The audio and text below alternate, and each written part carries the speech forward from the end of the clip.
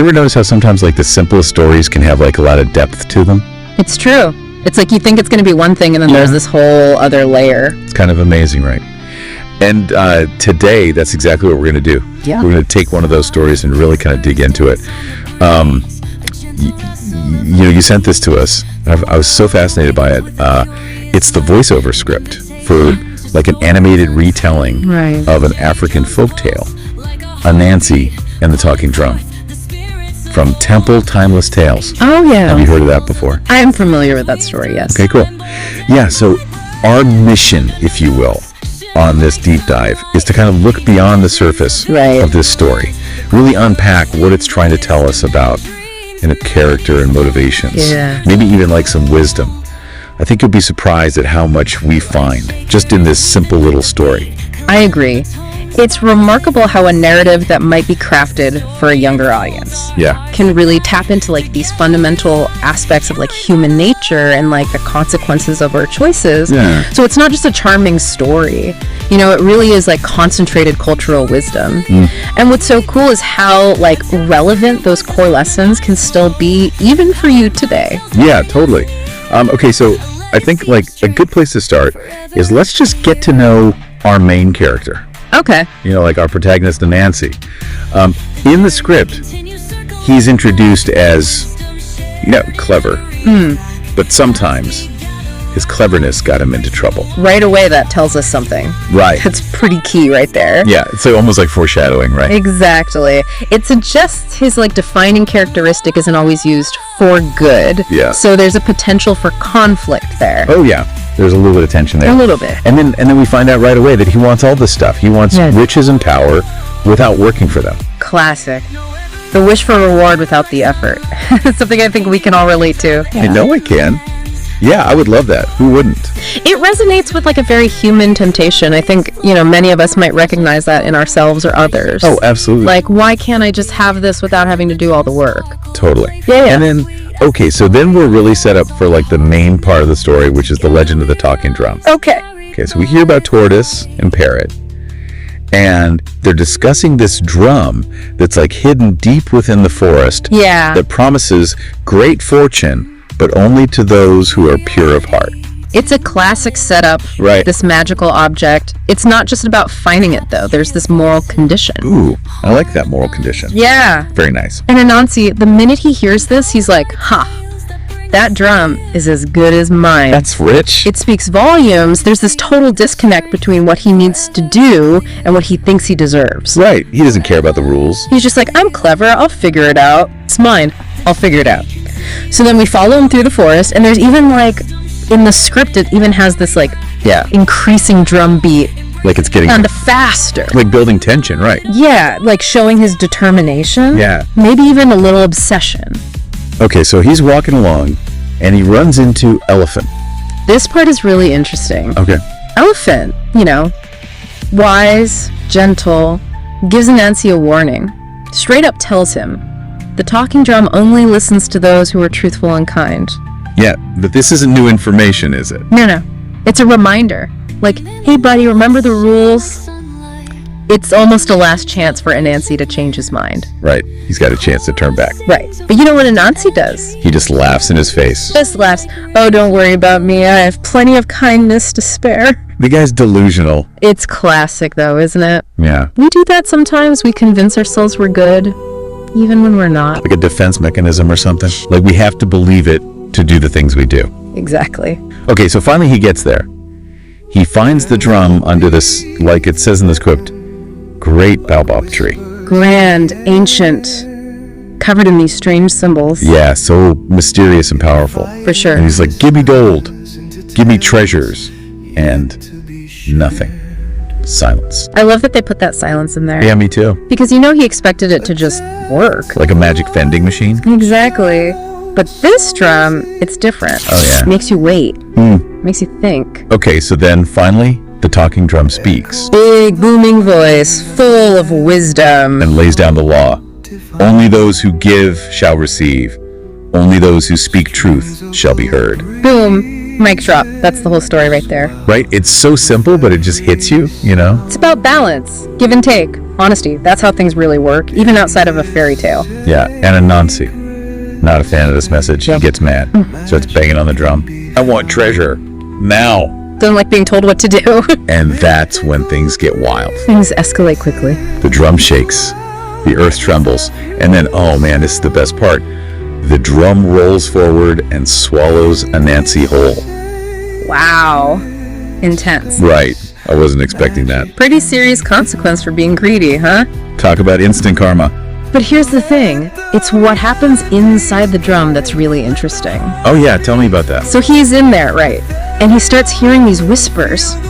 Ooh, spooky. Yeah, and they're not just random whispers. It's all the animals he's tricked before. Oh no. Greedy, selfish, never listening. They're calling him out. He can't escape his past. It's gotta be tough, like having all your bad deeds thrown back at you. It's like he's in his own personal hell. I guess you could say that, but maybe it's what he needed. Okay, so what happens next? Well, in the middle of all that, something changes. Okay. And Nancy starts to feel it. You know, the weight of what he's done. He gets it. And he says, I'm sorry. I should have listened. I should have been kind. That's huge. I mean, for him to admit that. Yeah, it's a breakthrough. And check this out. Right after he says that, the script says a warm golden light appears. Symbolic, right? Totally. Like the drum, or maybe even something inside Anansi has forgiven him. Maybe both? Yeah, maybe both. So does he get out? He does. The drum spits him out. Just like that. Back onto the ground. Safe, but definitely humbled. That's a ride I wouldn't want to take. And he realizes, I have learned my lesson. Wisdom and kindness are greater treasures than gold. And he means it this time. This isn't just talk. It's a real change of heart. So, he's a chained spider. What does he do with his newfound wisdom? This is where it gets really cool. Anansi, the trickster, becomes Anansi, the storyteller. You're kidding. He uses his cleverness not for tricks, but to teach. To tell stories about wisdom and kindness. He uses his power for good. Exactly. It's like his journey through the drum. It wasn't a punishment. It was a training montage. That's a great way to put it. Right. He had to go through all that to become the Anansi we know. It makes you think, doesn't it? Yeah, it does. About how our toughest experiences, the ones we want to avoid, can actually make us better people. Yeah. If we let them. So to our listener, think about this. This story, it's not just for kids, is it? Definitely not. It's about all of us. About how we choose to live, what we value. Exactly. Like what's really important to you. Is it gold and stuff? Or is it something deeper? Kindness, honesty, things that actually make a difference. And remember that saying, only those who give shall receive. So powerful. It's like a universal truth.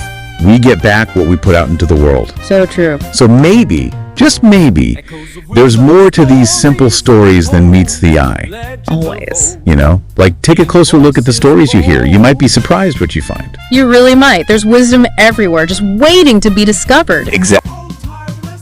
Where magic unfolds, adventure awaits in every fold.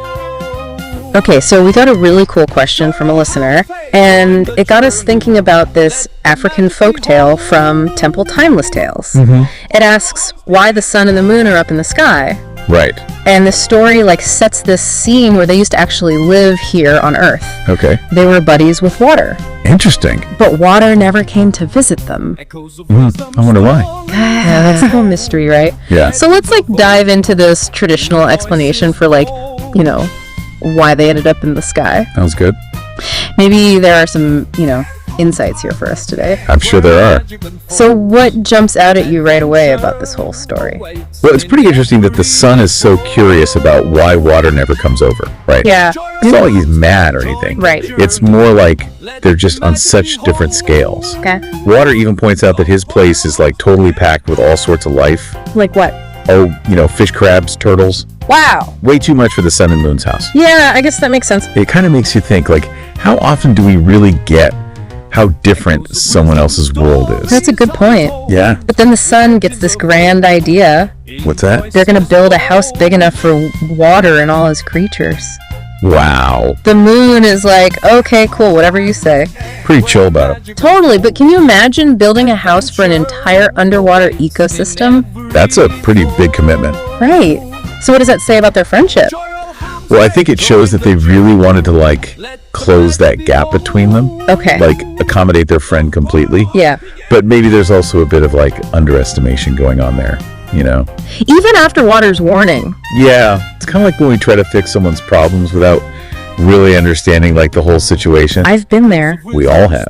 So anyway, they finish the house, and water starts to show up. Nice. Just little waves at first. The sun and moon are thrilled, but then the water just keeps coming. Oh, no. And coming and coming. Oh, boy. Bringing all those creatures Water talked about. Wow. It's like a whole world pouring in. So it wasn't just like a little extra water. No way. It was everything. What do you make of that whole arrival scene? Well, I think the key takeaway is that it was unstoppable. Okay. Like, it really shows how massive water is. Yeah. Like a force of nature. Totally. Even with the best intentions, the sun and moon just couldn't handle it. I see what you mean. Makes you wonder about how limited our actions can be, even when we mean well. Especially when up against something so huge. Exactly. So the house gets totally flooded. The sun and moon have to climb up to the rafters to stay dry. Yikes. The sun even asks water to slow down. Did it work? Nope, water is just too immense to stop. Wow. That image of them clinging to the rafters, Yeah. begging for the water to stop. Pretty powerful. What do you think it's trying to tell us? Well, to me, it shows how big the consequences were.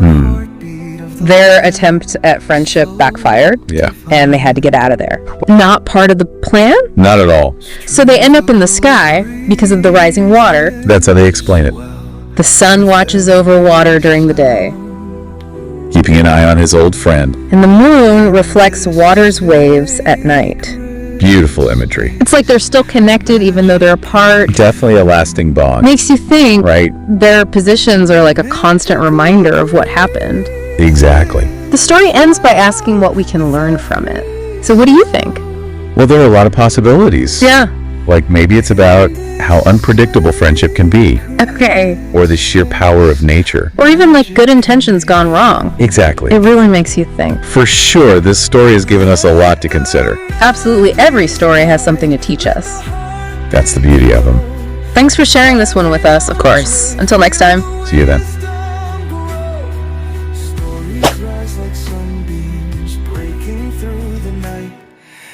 You know, we all have that curiosity. It's what makes us want to learn and explore, and it's why we're so excited about this deep dive today. Absolutely. And, I think it connects us all, doesn't it? That desire to understand things better, to kind of uncover the mysteries around us. Exactly, and that's what makes the story you shared with us so intriguing, this African folktale about a tortoise on a quest for wisdom.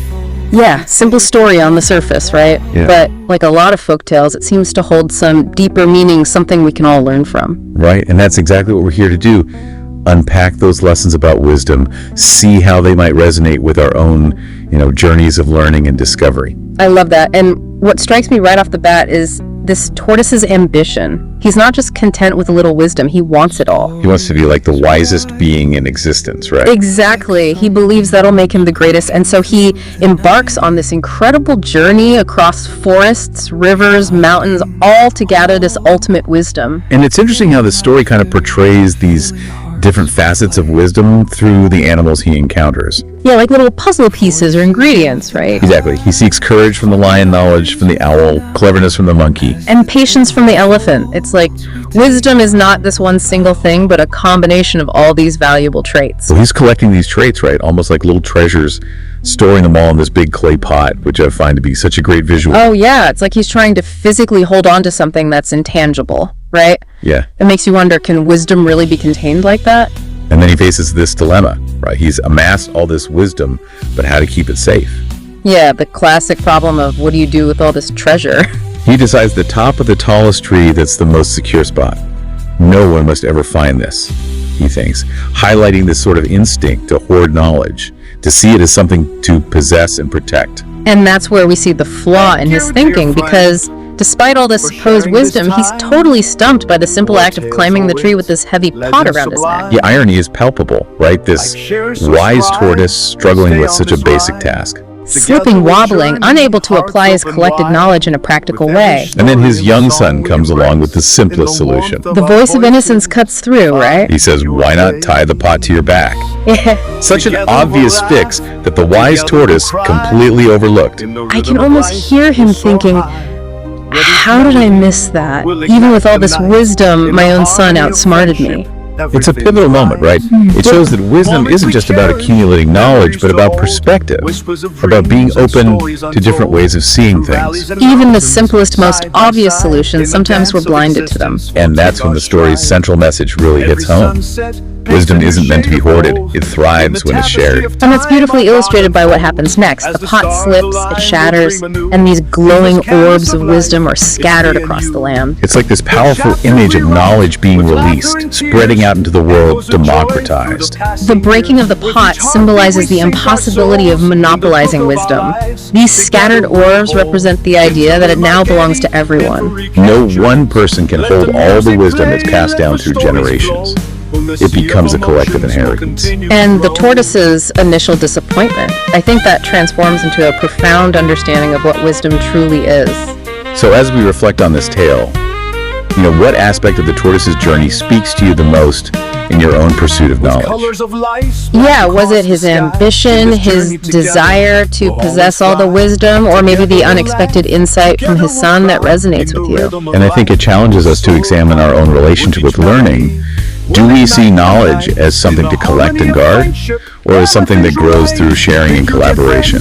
The story seems to suggest that true wisdom lies not in solitary possession, but in this constant exchange of understanding between us all. That's where it flourishes. And on that note, we leave you with that thought to ponder in your own journeys of learning and discovery. Until next time, keep seeking, keep sharing, and let's keep those orbs of wisdom glowing brightly. Absolutely. And thank you for listening to The Deep Dive. It's been a pleasure diving in with you today. We'll see you on our next...